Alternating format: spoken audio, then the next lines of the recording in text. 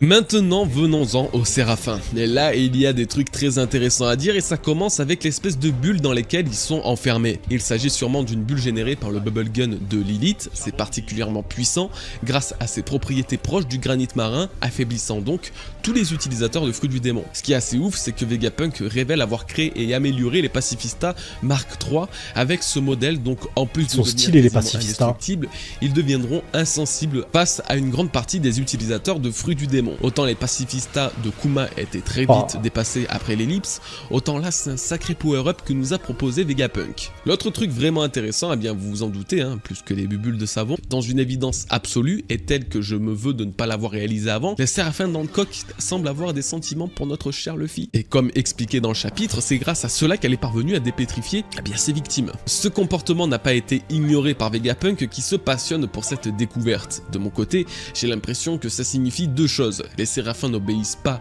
qu'aux ordres directs et leurs sentiments peuvent les guider à faire ce qu'ils ne devraient pas faire, ce qui change absolument tout les concernant, les rendant ainsi beaucoup plus imprévisibles que l'on pouvait le penser. Mais par-dessus tout, Vegapunk dit que l'information de l'amour qu'a Hancock pour Luffy a été transférée par le facteur de linéage pendant le clonage. Ce qui veut dire que soit Vegapunk a récupéré l'ADN d'Hancock et peut-être de tous les Shichibukai pendant la guerre de Marineford, c'est à partir de ce moment-là. Mais ça on le savait, non?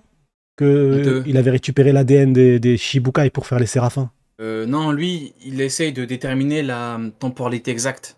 Ah, à quel moment exactement là, ils ont... il se dit est-ce que c'est Marineford ou pas? C'est pas bête. Après je pense que ça veut dire que instinctivement elle était faite pour aimer Luffy, quoi. Je suis pas sûr que je suis pas sûr que le sang ça a été pris pendant l'aventure. En fait, le problème c'est que avec le facteur de lignage, t'es censé aller jusqu'à avoir les mêmes techniques de combat. Au niveau des infos qu'on avait eues au début de l'arc Egghead avec les séraphins. Donc ça, normalement, t'es pas destiné à combattre de la sorte, tu vois. Je sais pas si on aura beaucoup plus d'explications en détail et tout, mais c'est vrai que c'est bizarre un peu. Ouais, j'ai un doute là-dessus. Je pense qu'il va pas trop expliquer. Ouais. Mais c'est fou. Peut-être qu'il va rester en surface, en vrai, c'est pas plus mal. Mais je trouve ça incroyable. À l'époque, quand ça a annoncé, on savait pas que c'était Séraphin, soit c'était le nom de tête, c'était pas GSS ou SSG. SSG, ouais. Quand ça a annoncé le SSG, tout le monde était unanime. Ça va être plus fort que les Shichibukai, c'est logique. Ouais. Et maintenant? Maintenant que c'est des séraphins qui ressemblent à des Shichibukai, non, c'est pas... Non. Mihawk prend tous les séraphins, dont le séraphin Mihawk. C'est fait pour les remplacer, mais ils sont bien plus faibles. Mais ils sont plus faibles parce que c'est vachement logique. C'est plus tard qu'il va les remplacer, mais il les destitue tout de suite pour... Tout à fait. Il saute de là. Le train, t'as raté le train. Fujitora a dit que on pouvait dégager les Shichibukai via le SSG, mais en fait, ils sont bien plus faibles. C'est complètement logique. Fujitora est un fou. Fujitora est un fou, est un con. Fujitora, c'est un golemon, Fujitora. Exactement. Aucune notion de ce qui se passe dans le monde. Non, elle est bête, Fujitora. Là, que Hancock était amoureuse de Luffy, vous suivez, c'est très simple. Alors, je sais pas si ça sera le cas, mais ça m'a fait un petit peu penser à Dragon Ball Z avec la création de Cell, qui puise ses origines de plusieurs guerriers après que le docteur Gero ait mis au point un petit robot qui collectait les cellules de ces derniers. Docteur Gero. L'être ultime est parfait. Et à tout moment, Vegapunk a créé un organisme similaire, mais davantage orienté sur les Shichibukai, ou alors il a vraiment récupéré les cellules des plus puissants guerriers de la guerre de Marineford et un jeune barbe blanche refera surface, voire même Luffy ou Ace. Mais finalement, ça me fait poser une autre question. Si Vegapunk a recréé les Shichibukai, ne pourrait-il pas recréer les amiraux aussi? Et si c'est le cas, pourquoi ne pas l'avoir déjà fait? Bon, tout à fait. On avait parlé à l'époque. Comme quoi, t'as utilisé le sang, l'ADN et tout des séraphins. Via les pacifistas, on sait qu'il a déjà utilisé Kizaru pour un pouvoir. C'est ça, exactement. Donc il pourrait très bien utiliser les corps en fait. Il pourrait utiliser les corps. Il a déjà utilisé, comme tu le dis, pour les. Il a déjà utilisé pour les pacifistas, pour les rayons laser et tout des pacifistas qui sont tirés. Après, il dit un truc intéressant dans l'arc quand il parle des Logia. Et il dit les Logia, c'est un peu spécial. Donc ça se trouve qu'il y a un blocage. Et peut-être que scénaristiquement parlant, Oda, il s'est dit les Logia, non. Comme ça, c'est plus simple. Non, mais en gros, il peut prendre des séraphins d'amiraux sans pour autant donner des Logia. C'est sûr. Mais après, ce qui fait les amiraux, pour moi, c'est clairement leur pouvoir. leurs fruits du démon qui sont ultra cheatés. Ouais. Partir un petit peu loin, je m'arrête ici car j'ai aussi une possible autre explication concernant Hancock et son amour envers Luffy. Et ben si c'était tout simplement son destin qu'elle n'y peut strictement rien. Certes, à l'origine, Hancock n'avait aucun sentiment envers Luffy, mais ça a vite changé quand elle a découvert sa véritable personnalité. Finalement, le Séraphin aurait vécu la même chose. Luffy, c'est le mec en soirée, et il arrive avec sa claquette, il arrive en short, Marcel, et il repart avec le mannequin de la soirée. T'es là, t'avais honte d'être avec lui, t'étais gêné, t'as dit mais tu me fous la honte. Et c'est lui, il repart, et il te dit tiens, prends ma voiture, et je reste là moi. Indifférente jusqu'à s'en adoucir. Du coup, c'est tout ou rien. Soit c'est la preuve parfaite que l'ADN récupéré date de l'époque de Marineford, soit que Hancock, quoi qu'il arrive, est destiné à aimer Luffy, ce qui est plutôt beau, je dois l'avouer. Alors, soit c'est les deux, hein, aussi ça marche très bien. Allez, on passe à la suite avec le fameux mot de passe que York a mis en place pour sécuriser et bloquer le Dôme Frontière. Apparemment, il est possible pour elle et les Vegapunk de ne Ah, mais ils auraient dû dire à Zoro, enferme-la. Ils auraient dû lui mettre des claques pour qu'elle parle. Tout le temps qu'il perde, tout le temps fou que tu perds, c'est Vegapunk qui l'utilise de mémoire 3 corps à lui, dont Stella. Tu lui mets 2 claques. Elle était effrayée il y a pas longtemps. Mais tu lui mets 2, même pas. Mets la tête de Rob Lucci devant sa tête, elle va pleurer. Mais tu mets Zoro, tu dis à Zoro, vas-y. Zoro, enferme-toi dans une pièce avec elle et reviens avec le mot de passe. Et je crois 3 secondes après, il a le mot de passe. Et là, il a le mot de passe écrit en 9 langues. Il n'y a pas de... communiquer que les informations qu'il désire et garder d'autres personnellement. Du coup, ça a totalement changé ma vision des satellites. C'est normal que York soit totalement parti en couille. Punk a fait n'importe quoi, c'est-à-dire qu'il a offert son intelligence à des créations dont il n'a pas l'entier contrôle.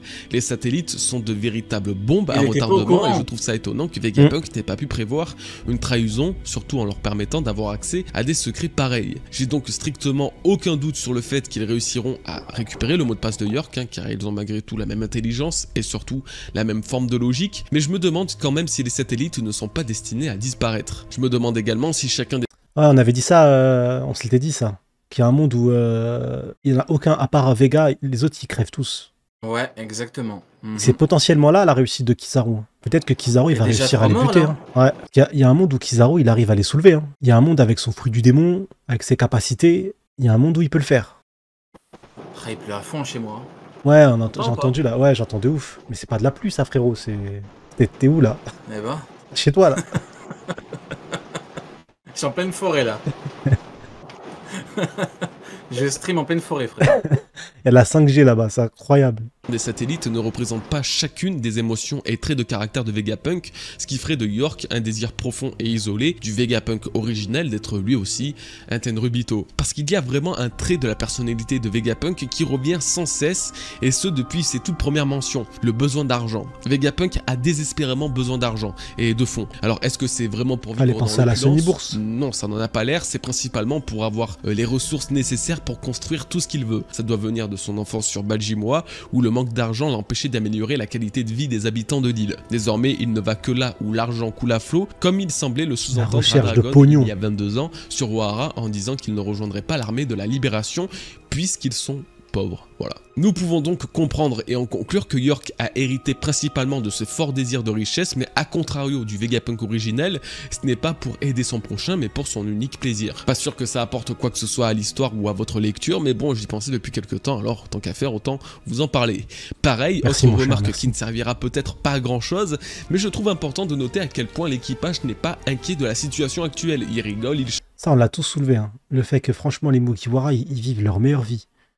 Ils sont entourés de 100 navires de guerre, 100 navires de la marine, il y a un amiral, il y a 9 vice-amiraux. Ils s'en tapent royal. Ils vivent leur meilleure vie. Ils s'en foutent. T'as Luffy, il rebondit sur des nuages en se tapant des vraies barres de rire. T'as même Usopp qui a pas peur. C'est ça, en fait, ouais, c'est ça, c'est ce que je disais lors de la dernière Cross Guild. Usopp, s'il a pas peur, tu sais que ça va. Il n'y a pas de galère. C'est vraiment le levier. Bref, ça se voit qu'ils sont devenus un équipage d'empereurs et ils ont tous pris une confiance colossale. Pourtant la situation elle est vraiment critique, ça touche la marine, le gouvernement, les Tenryubito, mais non, ça va. Plus le temps passe et moins ils sont affolés. Ce qui est évidemment normal, hein, mais toujours bon à relever pour constater l'évolution de notre équipage préféré. Ok, donc là on arrive à l'un des gros morceaux du chapitre désormais, les Mugiwara irait en direction de Elbaf. C'est ce qu'a en effet laissé sous-entendre Vegapunk. Leur objectif est bien de quitter l'île et leur prochaine destination serait l'île des géants ne se trouvant pas si loin d'ici. Leur plan l'île des géants, on y arrive. Utiliser le coup de burst du Sony pour survoler les ennemis et ainsi voler tout droit en direction d'Elbaf, surpassant en vitesse la marine. Ok, donc ça c'est cool hein, mais Oda t'en fais quoi de ma théorie là de Egghead qui se déplacera aussi, hein? T'as pensé à ma street cred? Ah, c'est pas comme ça que ça aurait dû... Vous imaginez, c'est ça ce qui se passe à la fin? Egghead, ou en tout cas, non, pas Egghead, parce que je pense pas à Egghead, mais je pense à Punk Record, qui s'envole vers Elbaf. La singerie que ce serait. J'y crois pas trop, ce serait bizarre. Lâche ça, Pouni. Il y a un mec qui l'a dit lâche ça. Mais non, mais en vrai, c'est intéressant. Poji, ah, t'as rattrapé. Pourquoi directement? Arrête, il a rattrapé avec Poji. Pourquoi directement, tu vois? Lâche ça, c'est une dinguerie, hein. Ah, ok, il parlait de... Je voulais dire Poji. Oui, t'as attaqué sans raison. Oui, tu m'as lancé un javelot, j'ai senti mes côtes se briser, c'est pas grave, trop chill. Et il a dit, j'ai pas fait exprès. Mais ouais, t'en penses quoi? T'as que Egghead, enfin pas Egghead, plutôt Punk Record qui s'envole direction Elbaf. Théorie bancale, pourquoi ils sont méchants dans le chat? Ils veulent tirer sur Goji. C'est une dinguerie, non? Goji, il est gentil, Goji. En vrai, il est gentil. Pas. Non, mais en vrai, que ce soit lui ou pas, mais en vrai, je trouve que... Mais par contre, ça se tient. Vrai sujet, il faut trouver une solution pour Punk Record. Obligé, ouais. il a un plan. C'est pas possible qu'il laisse son cerveau là comme ça. Il doit avoir un plan, notre ami Vega. C'est quoi son plan? C'est fou. Soit la destruction, ce que je disais, ils doivent se dépêcher parce que derrière ça va sauter. Mais il peut pas laisser en mode normal, il se casse et il laisse le cerveau. Ça n'aurait aucun sens. C'est compliqué. Hein. Bah oui, c'est compliqué. Donc forcément, il faut trouver une solution. Et là, on aurait, pourquoi pas, du coup, une bonne option. Donc ouais. Hein. Moi, je trouve que c'est pas mal. Se passer les bros. Moi, je suis pas d'accord. Bon, allez, on va quand même analyser ce passage, mais j'ai un petit somme là. Alors, pour ce qui est d'un futur arc sur Elbaf, j'ai strictement aucun problème avec ça. Au contraire, depuis le temps que ça nous est teasé, c'est littéralement impossible à mon humble avis que les Mugiwara n'y fassent pas un tour et par extension qu'ils ne découvrent pas un problème qui ronge le pays que Luffy devra résoudre. Vous voyez le scénario habituel des arcs de One Piece. Surtout que l'arc de Egg... Ah, j'y crois tellement pas. Ça, j'y crois pas du tout. Parce que là, le problème de Elbaf, c'est qu'il va aller sur un territoire d'empereur encore. Il va sur le terre-terre de Shanks. Shanks, il est là-bas, il peut dire à des gens « Hey, toi, viens m'aider. Hey, fais ça, fais ci. » Moi, j'ai hâte de voir la relation entre Shanks et les géants d'Elbaf. Est-ce que c'est pas son terre-terre? Loki. Ouais, Loki, c'est ça. Est-ce que c'est vraiment son territoire? Parce qu'il y a un monde où c'est le territoire de Shanks. Hein. Parce qu'il y a toute sa flotte qui est postée à Elbaf. En fait, ouais. Il y a archi un monde où c'est son terre-terre. Soit il est allié. Ouais. Son territoire, ou alors il est allié. Ouais, c'est ça. C'est un ami. C'est un ami qui... Donc du coup, Shanks, et Shanks, vu comment il est bienveillant, donc, ouais. il mangeait son grec frites. J'ai vu, il a salade tomate oignon. Ah, il était bien servi, hein. Oh, j'ai envie d'un grec, là, maintenant que j'ai dit ça, bordel. C'est dur d'être gros. Mais... C'est Rin, ça, qui t'appelle Sunigro, non? Je deviens ouf, je parle de bouffe, c'est trop grave. Le petit débat parallèle. Ah, mais du coup, je sais même plus ce que je disais à cause de la bouffe. Ouais, il est là-bas avec toute sa flotte. Shanks. Ça veut dire, quoi qu'il arrive, il a l'autorisation de ramener toute sa flotte à Elbaf, quoi. Et je me dis, Shanks... Même, il les appelle mes potes, mes amis, les géants, Dory et Broggy. Ouais, après, le seul truc, c'est... Le truc aussi, c'est que... qu'on voit comment il se comporte avec sa flotte et tout, avec ses proches. Si vraiment c'était la merde à Elbaf, je pense qu'il aurait agi, notre ami Shanks. Donc ça me paraît très bizarre qu'on ait un scénario. Parce que là, le scénar, c'est Luffy arrive à Elbaf et il règle les problèmes à Elbaf. Je pense que s'il y avait des problèmes, Shanks, il les aurait déjà réglés, du coup, de par sa mentalité. Ah oui, tout à fait. Tout à fait. Après, il te parle d'un schéma classique, donc tout le monde se dit, bon, il va dans une île, il règle des problèmes, ou alors on l'attaque, quelqu'un le fait chier. C'est vrai que, vu que Shanks est lié de ce point de vue-là, c'est vrai. Hein. Vu le statut de Shanks, il aurait déjà réglé le problème, donc ouais. Osamodas, on a vu ton message. Loki n'est pas le vrai roi d'Elbaf. Son père le manipule comme Sanji avec la fille aux 3 yeux. On en a parlé il y a 6 mois, Osamodas. J'avais parlé d'un probable Odin. Oui, je me rappelle. Il avait sorti l'arbre généalogique de tout l'Empire. Ouais, je me rappelle. Donc oui, tout à fait, je partage cette hypothèse. C'est fort probable. Nous verrons ça, nous verrons cela. Ed a mis en place quelque chose de très important autour d'Elbaf, la conservation des livres d'Ohara par Zoro. Ce qui fait d'Elbaf un arc non plus centré sur Usopp comme ça l'était à l'époque, mais aussi et surtout sur Robin et Luffy. Usopp pourra découvrir ce pays qui le passionne tant, Robin pourra retrouver Zoro, mais également les anciens ouvrages d'Ohara, et c'est ce qui va aider par extension. On en a parlé, pareil. Ouais. Lundi, pareil, je t'ai dit, l'arc Egghead, on nous l'a vendu Beaucoup de fans nous l'ont vendu comme étant l'arc de Franky 200% et tout, alors qu'au final, il a fini à moitié pétrifié.